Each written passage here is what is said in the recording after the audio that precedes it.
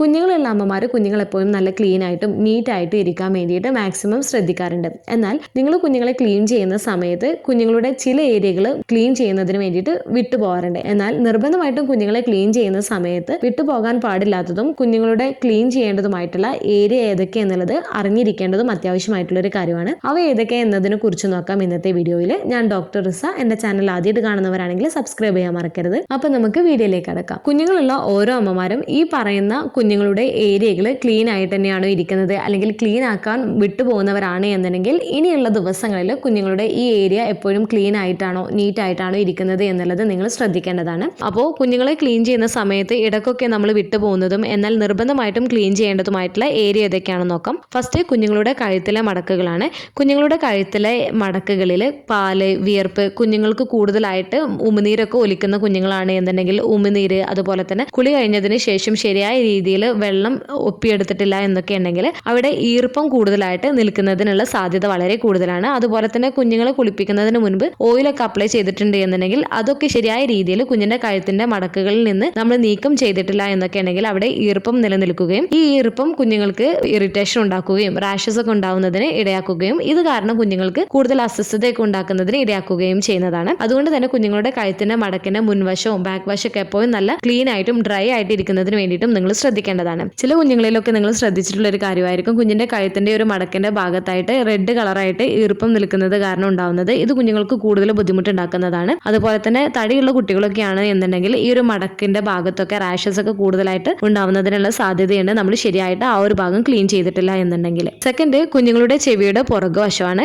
മിക്ക ടൈമിലും നമ്മൾ ക്ലീൻ ചെയ്യാൻ വിട്ടുപോകുന്ന ഒരു ഏരിയയാണ്. ഈ ഒരു ഏരിയയിൽ ഈർപ്പം നിൽക്കുന്നതിനും അഴുക്കൊക്കെ അടിഞ്ഞുകൂടുന്നതിനുമുള്ള സാധ്യതയുണ്ട്. അതുകൊണ്ട് തന്നെ ഈ ഒരു ഈർപ്പം നിലനിൽക്കുന്നത് ഈസ്റ്റ് അല്ലെങ്കിൽ ബാക്ടീരിയ വളർച്ചയിലേക്ക് നയിക്കുകയും ചെയ്യുന്നതാണ്. അതുകൊണ്ട് തന്നെ നമ്മൾ എല്ലാ ദിവസവും കുഞ്ഞിന്റെ ചെവിയുടെ പുറകുവശമൊക്കെ നല്ല രീതിയിൽ കുളി കഴിഞ്ഞതിന് ശേഷം ക്ലീൻ ചെയ്യുന്നതിന് വേണ്ടിയിട്ട് ശ്രദ്ധിക്കേണ്ടതാണ്. തേർഡ്, കുഞ്ഞിന്റെ കൈകാൽ വിരലുകളുടെ ഇടയിലുള്ള ഏരിയയാണ്. ഈ ഏരിയയിൽ ഈർപ്പം നിലനിൽക്കാനുള്ള സാധ്യത വളരെ കൂടുതലാണ്. കുഞ്ഞിന്റെ കൈകളിലും അതുപോലെ തന്നെ കാലുകളിലും ഈ ഒരു ഈർപ്പം ശേഖരിക്കാനുള്ള സാധ്യതയുണ്ട്. അതുകൊണ്ട് തന്നെ ഈ ഒരു ഏരിയ എപ്പോഴും നമ്മൾ ക്ലീൻ ആയിട്ട് ഇരിക്കുന്നതിന് വേണ്ടിയിട്ട് നിങ്ങൾ ശ്രദ്ധിക്കേണ്ടതാണ്. ഇല്ല എന്നുണ്ടെങ്കിൽ സ്കിൻ ഇറിറ്റേഷനും അതുപോലെ തന്നെ അണുബാധയൊക്കെ ഉണ്ടാവാനുള്ള സാധ്യതയും കൂടുതലാണ്. പ്രത്യേകിച്ച് കുഞ്ഞുങ്ങളുടെ കുളിയൊക്കെ കഴിഞ്ഞതിന് ശേഷം കുഞ്ഞുങ്ങളുടെ കാൽവിരലുകളുടെ ഇടയിലുള്ള ഏരിയയിൽ ഈർപ്പൊക്കെ ഉണ്ടെന്നുണ്ടെങ്കിൽ ആ ഒരു ഏരിയ ക്ലീൻ ചെയ്യുന്നതിന് വേണ്ടിയിട്ട് നിങ്ങൾ ശ്രദ്ധിക്കേണ്ടതാണ്. ഫോർത്ത്, കുഞ്ഞുങ്ങളുടെ പൊക്കിളിന്റെ ഏരിയയും അതുപോലെ തന്നെ കൈമടക്ക്, കാൽമടക്ക്, തൊടയിലെ മടക്കുകളിലുള്ള ഏരിയ ഒക്കെ എപ്പോഴും ഈർപ്പമൊക്കെ ഒപ്പിയെടുത്തിട്ട് ഡ്രൈ ആയിട്ട് ഇരിക്കുന്നതിന് വേണ്ടിയിട്ട് നിങ്ങൾ ശ്രദ്ധിക്കേണ്ടതാണ്. ഫിഫ്ത്ത്, ജെനിറ്റൽ ഏരിയ ആണ്. കുഞ്ഞുങ്ങളുടെ ഡയപ്പർ ഏരിയ എപ്പോഴും ക്ലീൻ ആയിട്ടും ഡ്രൈ ആയിട്ട് ഇരിക്കുന്നതിന് വേണ്ടിയിട്ട് നിങ്ങൾ ശ്രദ്ധിക്കേണ്ടതാണ്. കറക്റ്റ് ടൈമുകളിൽ കുഞ്ഞുങ്ങളുടെ ഡയപ്പർ ചേഞ്ച് ചെയ്യുന്നതിന് വേണ്ടിയിട്ട് ശ്രദ്ധിക്കേണ്ടതാണ്. ഇല്ല എന്നുണ്ടെങ്കിൽ ഡയപ്പർ റാഷസ് ഒക്കെ വരുന്നതിനും ഇങ്ങനെ ചെറിയ രീതിയിലുള്ള ഒരു ഡയപ്പർ റാഷസ് ആണെങ്കിൽ പോലും കുഞ്ഞുങ്ങൾക്ക് കൂടുതൽ അത് അസ്വസ്ഥതയും വേദനയും അതുപോലെ തന്നെ കുഞ്ഞിന് കരച്ചിലൊക്കെ ഉണ്ടാക്കുന്നതിന് ഇടയാക്കുകയും ചെയ്യുന്നതാണ്. പെൺകുഞ്ഞുങ്ങളൊക്കെയാണ് എന്നുണ്ടെങ്കിൽ കുഞ്ഞുങ്ങളുടെ വജൈനൽ ഭാഗം ക്ലീൻ ചെയ്യുമ്പോൾ ഫ്രണ്ടിൽ നിന്നും ബാക്കിലേക്ക് ക്ലീൻ ചെയ്യുന്നതിന് വേണ്ടിയിട്ടും ശ്രദ്ധിക്കേണ്ടതാണ്. സിക്സ്ത്, കുഞ്ഞുങ്ങളുടെ വായയും മോണയുമാണ്. കുഞ്ഞുങ്ങളുടെ പല്ല് വരുന്നതിന് മുൻപ് തന്നെ നിങ്ങളുടെ കുഞ്ഞുങ്ങളുടെ വായയും മോണയും സോഫ്റ്റ് ആയിട്ടുള്ള കോട്ടൺ തുണി ഉപയോഗിച്ചിട്ട് വൈപ്പ് ചെയ്ത് കൊടുക്കേണ്ടതാണ്. ഇത് കുഞ്ഞുങ്ങളുടെ ഓറൽ ഹൈജീൻ മെയിൻറ്റെയിൻ ചെയ്യുന്നതിന് സഹായിക്കുകയും ചെയ്യുന്നതാണ്. മിക്ക അമ്മമാരും കുഞ്ഞുങ്ങളുടെ വായയും മോണയും ക്ലീൻ ചെയ്യുന്നതിൽ ശ്രദ്ധ കൊടുക്കാറില്ല. കുഞ്ഞുങ്ങളുടെ വായയും മോണയും എങ്ങനെയാണ് ക്ലീൻ ചെയ്യേണ്ടത് എന്നുള്ളതിന്റെ വീഡിയോ മുൻപ് ചെയ്തിട്ടുണ്ട്. അതിന്റെ ലിങ്ക് ഡിസ്ക്രിപ്ഷൻ ബോക്സിൽ കൊടുക്കുന്നുണ്ട്. സെവൻത്ത്, താടിയുടെ അടിഭാഗമാണ്. കുഞ്ഞുങ്ങളുടെ കഴുത്തിലെ മടക്ക് പോലെ തന്നെ ഈ ഭാഗവും നിങ്ങൾ അവഗണിക്കുന്നത് ഈർപ്പം നിലനിൽക്കുകയും സ്കിന്നിന് ഇറിറ്റേഷൻ ഉണ്ടാക്കുകയും ചെയ്യുന്നതാണ്. അതുകൊണ്ട് തന്നെ കുഞ്ഞിന്റെ ഈ ഒരു താടിയുടെ അടിഭാഗം എപ്പോഴും നല്ല ക്ലീൻ ആയിട്ടും ഡ്രൈ ആയിട്ടൊക്കെ ഇരിക്കുന്നതിന് വേണ്ടിയിട്ട് നിങ്ങൾ ശ്രദ്ധിക്കേണ്ടതാണ്. എയ്ത്ത്, കുഞ്ഞുങ്ങളുടെ കൈകാൽ നഖങ്ങളാണ്.